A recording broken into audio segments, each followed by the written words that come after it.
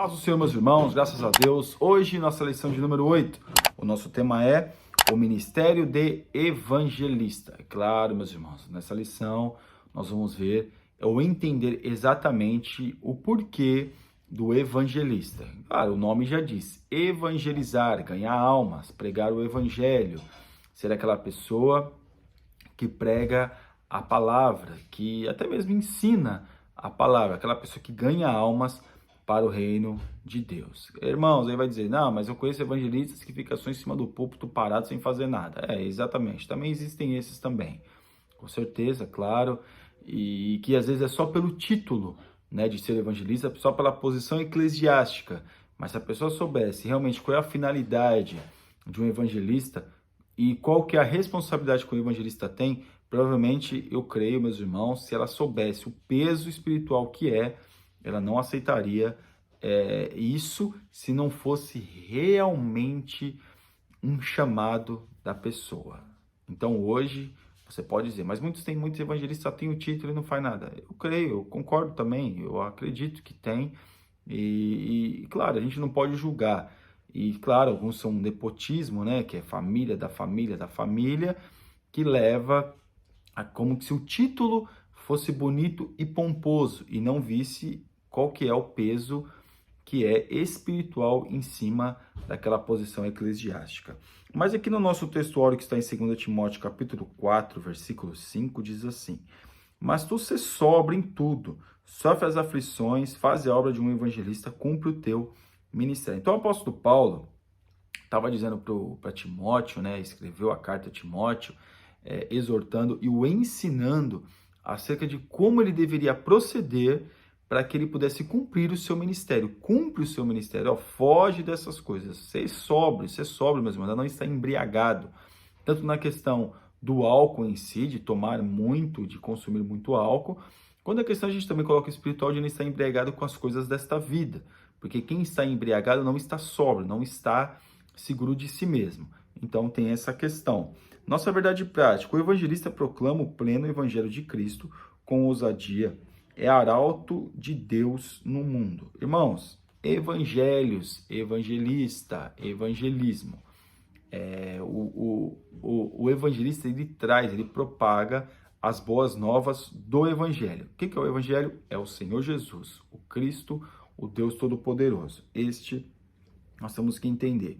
Atos capítulo 8 vai mencionar acerca de Filipe. Filipe que estava ali à beira do caminho, né, que ele estava em um determinado lugar e Deus o levou ali para o deserto, né, por uma passagem, por um caminho, e estava passando um homem, eunuco de Candace, um homem provavelmente respeitado numa posição. Ele estava lendo a passagem do profeta Isaías.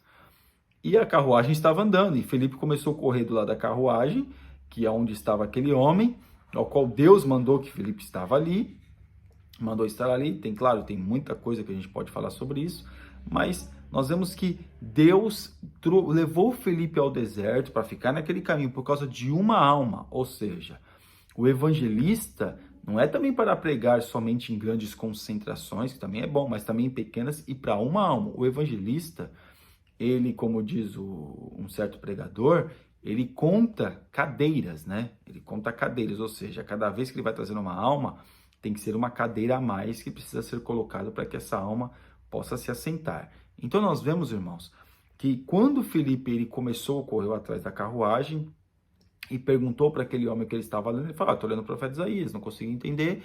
E aí ele vai ali com aquele homem, entra dentro da carruagem, explica para aquele homem aquela passagem bíblica e naturalmente ou automaticamente o poder, a unção de evangelista era tão grande na vida de Filipe que ali ele levou aquele homem ali, onde eu posso ser batizado? O que eu preciso? A água está ali, então vamos lá ser batizado, pronto. É assim que o evangelista faz. Agora, o pastor ele vai cuidar, ele vai discipular aquela pessoa, aquela ovelha. O evangelista, ele traz a ovelha e o pastor discipula. E aqui em Efésios capítulo 4, ele mesmo deu uns para apóstolos, outros para profetas, outros para evangelistas e outros para pastores e doutores. Ou seja, essa posição hierárquica eclesiástica é bíblica.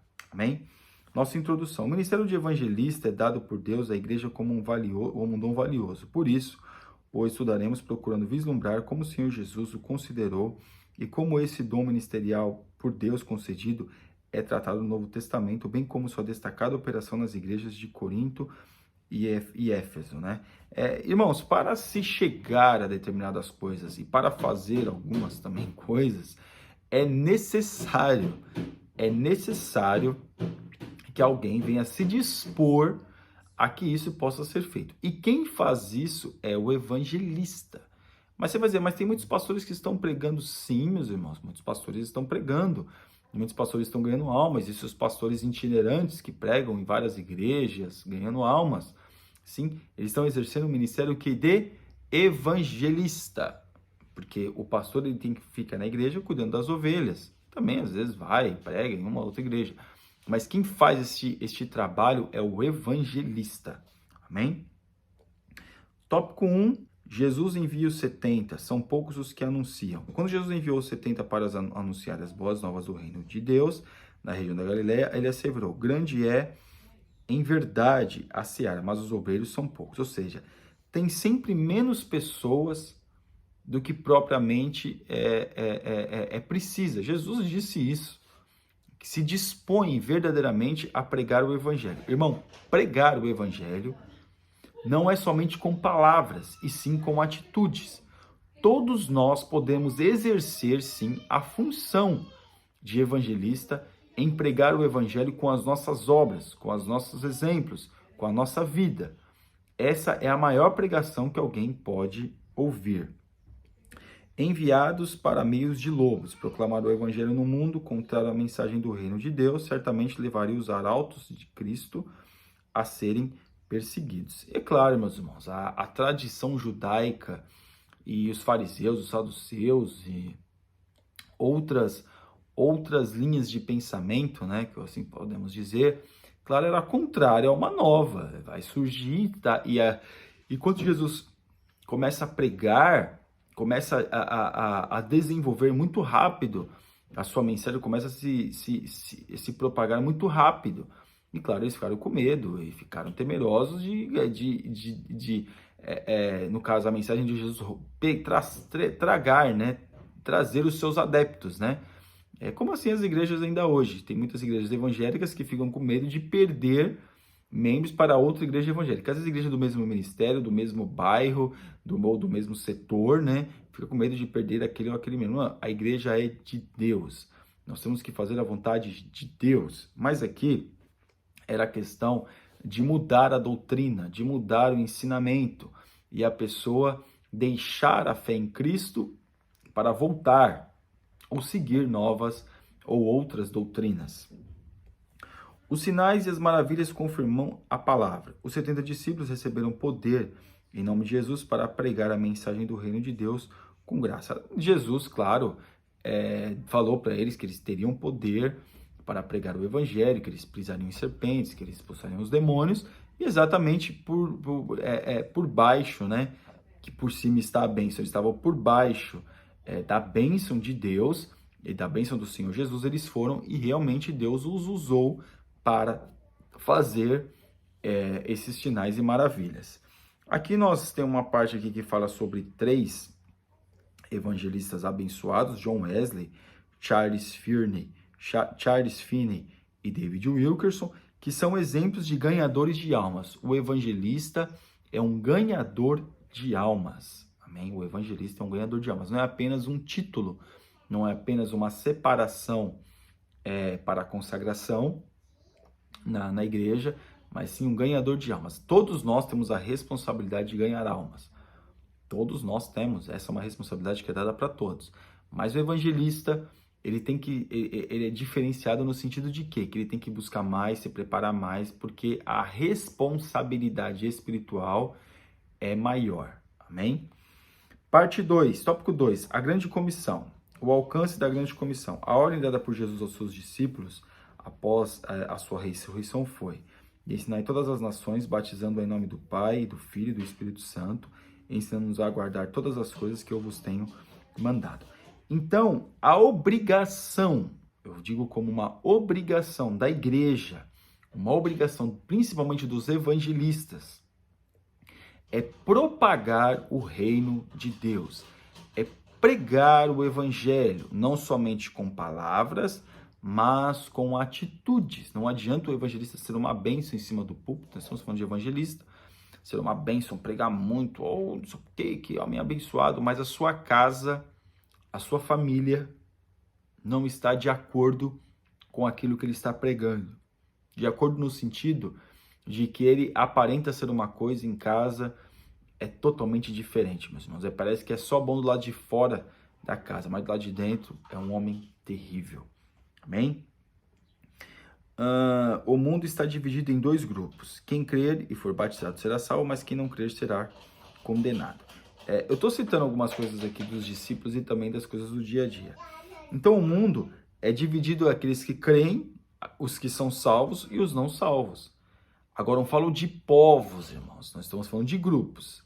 Mas quando fala de povos, é dividido como o povo judeu, o povo gentil e o povo ímpio. Essa é a divisão de povos. Mas a questão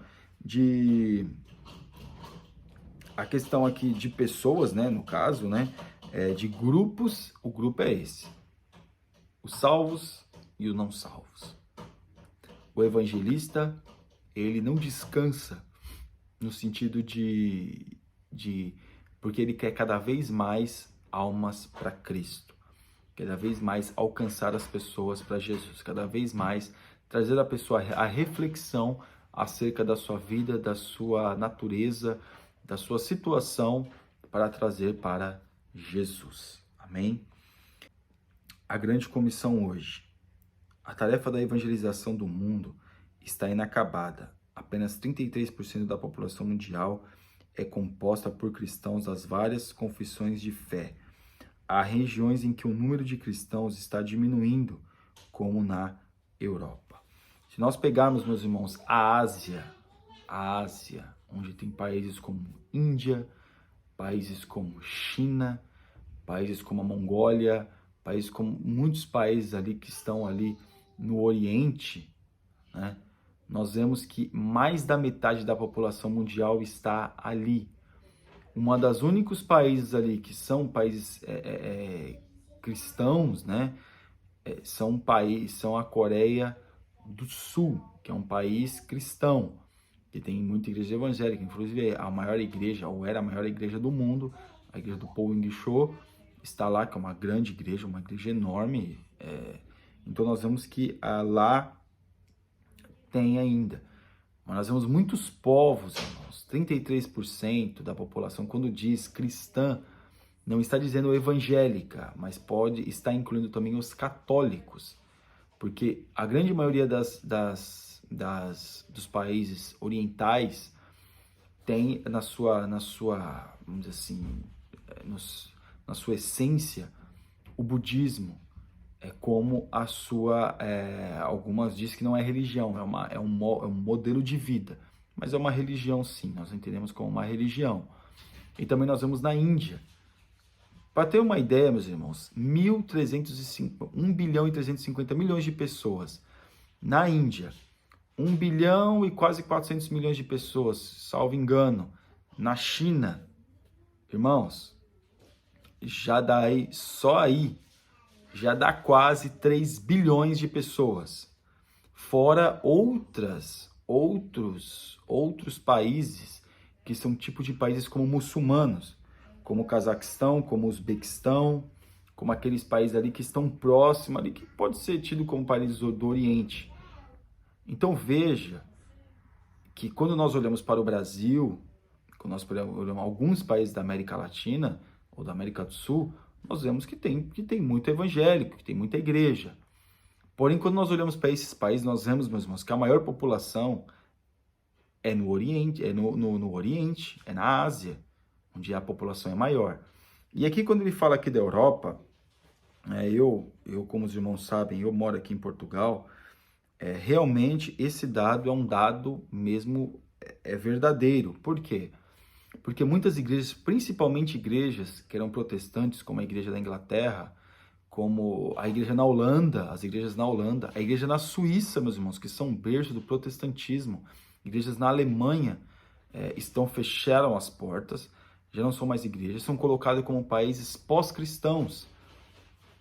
E eu tô citando essas igrejas que foram igrejas que influenciaram diretamente a reforma na igreja, que trouxe para nós toda essa luz que nós temos hoje, foi através dos homens que eram dessas igrejas e que hoje, infelizmente, estão nessa situação.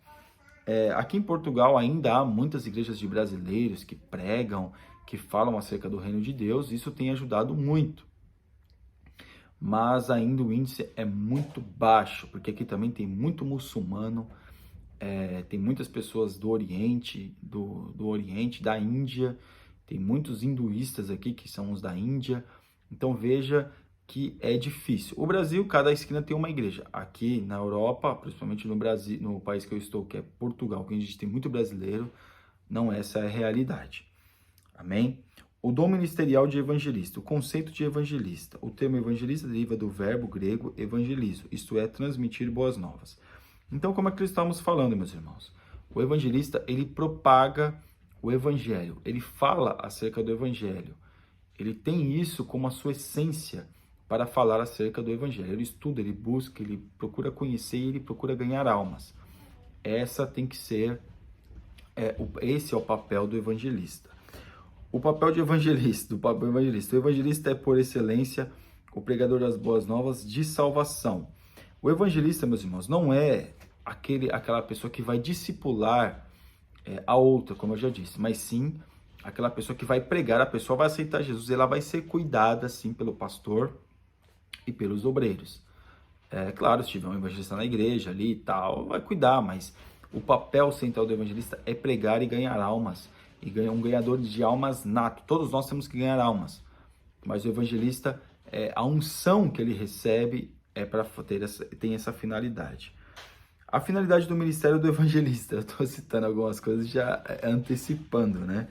Da mesma forma que o ministério do apóstolo, do profeta ou do evangelista tem por finalidade preparar o santo do Senhor para uma vida de serviço cristão, bem como a edificação do corpo de Cristo.